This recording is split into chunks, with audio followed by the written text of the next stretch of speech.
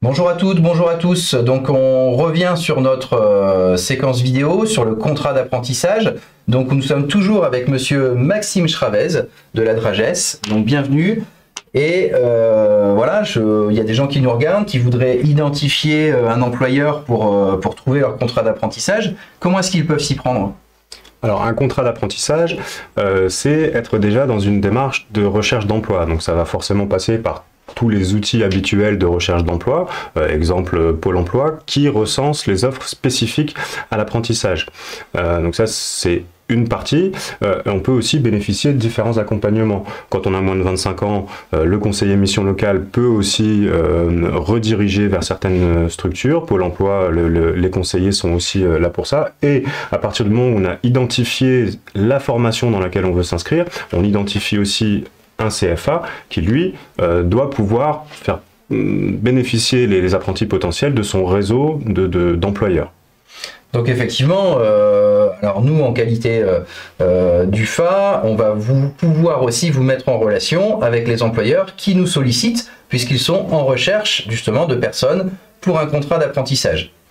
Ce que je vous invite aussi à faire, vous êtes souvent aussi dans les réunions d'information, on vous partage ces informations.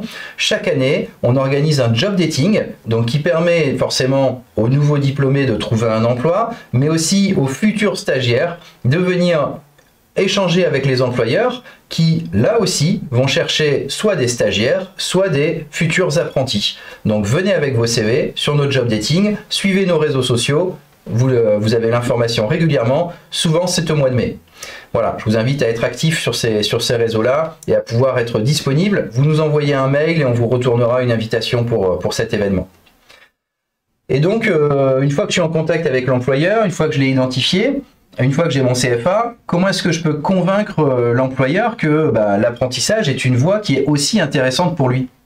Alors, avant même de trouver l'employeur, c'est vrai qu'il y a également la possibilité d'aller vers une candidature spontanée. C'est-à-dire qu'on n'est pas forcément obligé de passer par les offres d'emploi publiées, mais ça veut dire qu'il faut être en capacité d'expliquer les avantages de l'apprentissage pour un employeur. Alors là aussi, pour ça, il y a un certain nombre d'acteurs qui peuvent accompagner. On trouve donc les conseillers mission locale, les conseillers Pôle emploi, le CFA. On a beaucoup d'outils qui sont mis à disposition, des plaquettes, des choses sur internet qui permettent d'expliquer à un employeur ce que c'est l'apprentissage et quels sont les avantages pour lui. Les avantages, ils sont forcément financiers.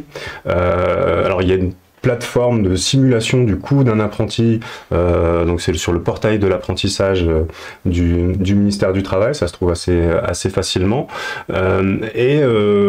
tout simplement dans une lettre de motivation bien expliquer que voilà, je suis apprenti, je vais coûter tant à votre structure. Et aussi, un point sur lequel, à mon avis, il faut insister, c'est je vais apporter des compétences que je vais acquérir en formation professionnelle. Donc, quelle est la plus-value? Voilà, je me destine à tel métier. Vous avez peut-être un besoin de former un maître nageur. Moi, je viens, je me mets au service d'eux, donc à travers un contrat de travail. Une formation qui, en plus de ça, va être prise en charge à 100%. Donc, insister sur tous ces avantages-là pour un employeur. Merci beaucoup.